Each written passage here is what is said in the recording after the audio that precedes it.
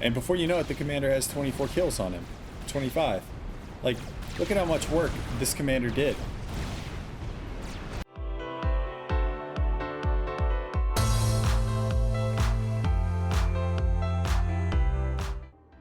Alrighty guys, hello and welcome back to the show. Today we have a replay review coming your way. This was a ladder match that I played like 10 minutes ago. And I thought that as I was playing the ladder match and working through the game, I was thinking this could actually be really beneficial for newer players that are getting into the game and kind of trying to understand the mechanics. And what I see are some common pitfalls, I think, with some newer players. So the gist of this video is around commander usage. And I think a lot of newer players, myself included, actually myself probably most of all, have this conception that in order for your commander to be useful, you need to have it upgraded in some way. And I've done the whole ACU upgrade series about like all the different upgrades that you can pimp out your commander with, and they're all super cool. But sometimes a vanilla commander can be really, really powerful. And this video, I think, or this game, I think, demonstrates a lot of that power that a vanilla commander can bring into the game. So it's a ladder match. It's played on Frithen, if I'm pronouncing that correctly. 10 by 10 map. It's in the ladder pool right now. There is a good amount of reclaim on this map. So 15,000, not counting the trees. Lots of good rocks. I'm not going to go over initial build orders. They're pretty much the same for both me and my opponent. Actually, they're very, very different. So, okay, maybe we'll talk about build orders right now. So, what I did, I went for Land Factory, 2 power generators, finished up my core mass. I had an engineer working on the hydro, and then I sent my commander over here, and he just stood there because I forgot to click him to assist the engineer that is building the hydro. This is a big oof moment for the duelist on his channel. Meanwhile, my opponent has gone for a little bit of a different starting build. So he went for Land Factory, 2 power generators, and then he has 2 engineers that went to do the hydro and now is building his air grid. And then here he went for 2 additional power generators at Land Factory and is walking his comm towards the south side. The way that I did this, if my commander would, I think I remembered to assist it like right about here, right whenever the hydro is about finished. Yep. Classic duelist. And that's whenever I went to work on my initial air grid there. And I actually sent my commander south. A lot of the things in this game, there are a couple things that we can point out, but the crux of this game really comes down to the way that you utilize your commander. So the way that I played this was I built out 15 engineers out of my starting factory, and then I immediately upgraded it to T2. Like I queued up the T2 upgrade. A lot of that is because in my initial starting factory, I'm pretty sure that I'm going to have the eco to sustain T2 at that point. And if I don't, then I can go back and pause it. But I know from my own playstyle that I will forget to upgrade to T2 because I'm busy like microing units and things like that. And a lot of times I'll even forget to like go back and queue up T2 units, which I think I did this game as well. But some things that my opponent did really well, he had great bomber harass in this game. So this little guy right here, he's going to pick off, I think, this radar. Okay, he's going to miss on that pass. But he's going to grab the radar, and then he's going to go for that reclaiming engineer. I was trying to do some raids. I ended up picking off an engineer that was building a factory and caused him some problems there. But mostly right now, it's just kind of skirmishes and raiding.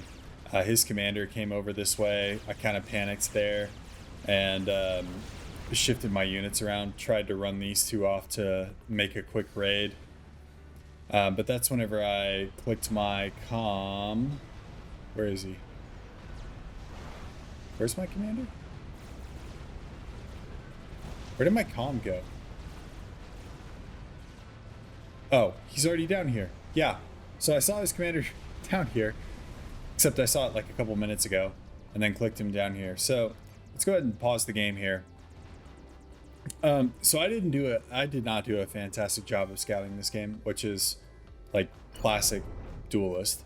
So I was pretty sure he didn't have any of these northern expansions. I was sending this army down to try and root out this expansion as well, even though it was pretty close to his main base. He had some bombers in, sent my interceptors to deal with it. But the crux is, like, you can gain intel. So we'll talk about this first. You can gain intel on your opponent by where he isn't. And this is something that I learned on while I was playing Dota 2. So before I got into Supreme Commander, back whenever I was in college, I was a big Dota 2 player. Well, not big Dota 2 players and like I was famous or anything, but like I played Dota 2. I played it very competitively. I played for the Texas A&M esports team. And one of the big things that you can learn in that game is you don't necessarily have to see where your opponent is. You can sometimes gain intel on where they are by where they aren't. And this might be like a weird or a weird concept to grasp, but based on like the unit position down here with this 3-mex expansion, I was able to surmise that he didn't have really anything on the northern side of the map. I also knew that he didn't have anything on this southeastern side of the map as well. I knew that the middle was in contention, but I had a good unit stream there. I had a good army there that could mop up any forces that I was going to run into. And this is really what I wanted to talk about, is utilizing your commander. So here I have a little army here. It's not huge. It's, if I go in, it's, well, 16 tanks, a couple scouts. I think there's 2 artillery in there. But with your commander, this is a vanilla commander, not upgraded. I do have overcharge though. That is important to get, is make sure you get energy storage for however your commander build is. But even with overcharge and a vanilla commander, your commander is very powerful. So what you're going to see here is, if I speed this up, we can move this army and my commander and really start to threaten this southern base. And if you look at like his unit concentration, he has a ton of air, but he doesn't have the land that's in the middle here. I can deal with my T1. And so in the south, there is a gigantic army here. He's invested a lot of mass into this army. If we go in and look at how the commander actually utilizes the overcharge as well as his gun, even though I have way fewer units here, you'll see that just by moving the commander kind of in and out of the battle. So right now he's starting to move out of range. You move him back in, start to shoot some more tanks, throw an overcharge in there. And I'll pause this here real quick. A crucial part of this plan was the fact that I had a T2 power generator at this point. So I had gone T2. Don't ask me why there are 2 T2 factories building at the same time. I don't know. I queued them up sequentially. They didn't do that.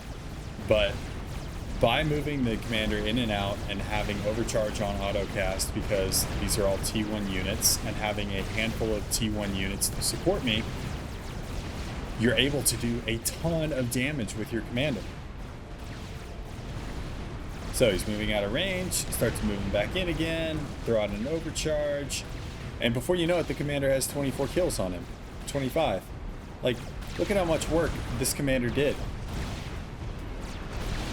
Most of that graveyard is due to the vanilla commander that I'm throwing at his tanks right now. And he can't really stop this because his commander is all the way across the map.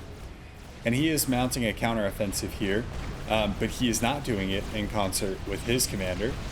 And I do have T2, so I have a couple of pillars that are coming out. Quite timely, I will say. But I have a couple of pillars that are coming out, as well as my T1 unit stream and a handful of bombers that are able to deal with this. Meanwhile, the commander is still down here shredding T1 units. Up to 36 kills, make it 37. and the dude just goes to town down there. So meanwhile, again, reading where your opponent isn't, because I didn't have great intel on this area. He had a very large army that he burned here. He is very much invested in killing my commander on this southern flank. And so that allows this army to roll in to what I didn't realize was his power grid. But so this army will roll in, and there's not really anything that he can do to stop it, right? Because he has a handful of T1 factories. All of them are concentrated on grinding units against my commander. He even got Ilshivas out there. And that's another reason to pause here is whenever your commander has overcharge and you have it on auto overcharge, it will automatically target the highest tier unit that is in the mix. And so if you have 3 power storage like this and good power generation coming from a T2 power generator, as well as, a line and other dotted T1 power generators, you are able to deal with the occasional T2 unit that threatens your commander, even if they're Ilshivas. So we're able to bag his power grid here. Again, not really anything that he can do to stop us. All of his units are focused on my commander. I'm bringing in T1 units as I can. At this point, I was a little worried because I saw that he had just massive air control. And I had, I had burned a lot of my air fighting his. I think I have 3 interceptors right now versus his big blob right there, maybe 20 or so. Granted, some of them were damaged, but doesn't really matter. He would be able to mop me up air. But whenever I moved in here, I saw that he didn't have a T2 air factory yet, so felt that I was pretty safe to keep pushing. So he can move in, and then my opponent control Ks. The reason he control K'd is, and I don't know if I can go to his perspective at this point. Let's go to -10. Can I? No. Okay. So the reason that he control K'd is he's working off of 7, 9, 11 T1 power generators.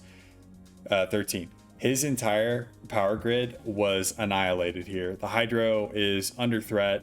And again, there's nothing really he can do about this particular massive units unless he wants to just let my commander walk into his base. Sure, he can pull all of this back and go deal with this little band of units, but then he gives up a lot of power in the middle of the map. Going off of that, his commander is also exposed, so I have T2 units in the area. I don't know if he has overcharge or not. I don't think I see any energy storage. Nope. Okay.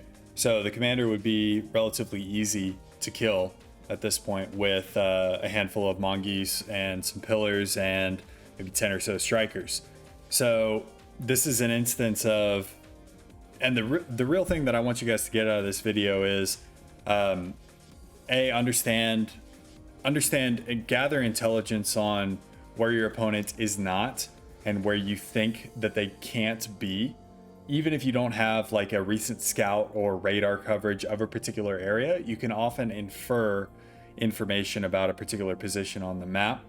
And sometimes your inference might be wrong, but more often than not, if you're doing it correctly and you're reading the map correctly, where there's a choke point and you control this large plane, you can be pretty sure that he's not going to backstab you up here.